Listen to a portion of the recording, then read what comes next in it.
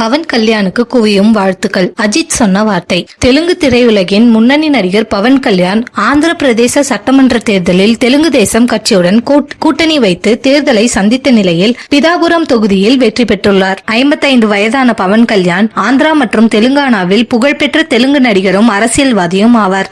இவர் டோலிவுட் நடிகர்களான சிரஞ்சீவி மற்றும் நாகேந்திர பாபுவின் சகோதரர். தற்காப்பு கலைகளுக்கு பெயர் பெற்ற கல்யாண் கோகுலம்லோ சீதா 1997, குஷி 2001 மற்றும் வக்கீல் சாப் 2021 போன்ற பல படங்களில் நடித்துள்ளார். தமிழ்நாட்டில் அஜித்துக்கு இருக்கும் அளவுக்கு ரசிகர்கள் கூட்டம் ஆந்திராவில் இவருக்கு உள்ளது குறிப்பிடத்தக்கது. பவன் கல்யாண் 2014 ஜனசேனா கட்சி என்ற புதிய அரசியல் கட்சியை தொடங்கினார். 2019 தேர்தலில் போட்டியிடும் அவரது முதல் முயற்சி ஏமாற்றத்தையே சந்தித்தது. கஜுவாகா மற்றும் பீமாவரம் தொகுதிகளில் போட்டியிட்ட அவர் இரண்டிலும் தோல்வியடைந்தார். முதல் முறையாக ஆந்திரா சட்டப்பேரவைக்குள் உறுப்பினராக நுழையவிருக்கும் பவன் கல்யாண் அநேகமாக எதிர்க்கட்சி தலைவர் ஆவதற்கு வாய்ப்புகள் அதிகமாக உள்ளன. ஏனென்றால் தற்போதைய நிலவரப்படி பவனின் ஜனசேனா போட்டியிட்ட 21 இடங்களில் 19 இடங்களில் முன்னிலையில் உள்ளது. YSR காங்கிரஸை விட அதிக இடங்களை கைப்பற்றுவதன் மூலம் முதல் முறை சட்டப்பேரவைக்கு நுழையும் போதே எதிர்க்கட்சி தலைவராக நுழைய வாய்ப்பு ஏற்பட்டுள்ளது.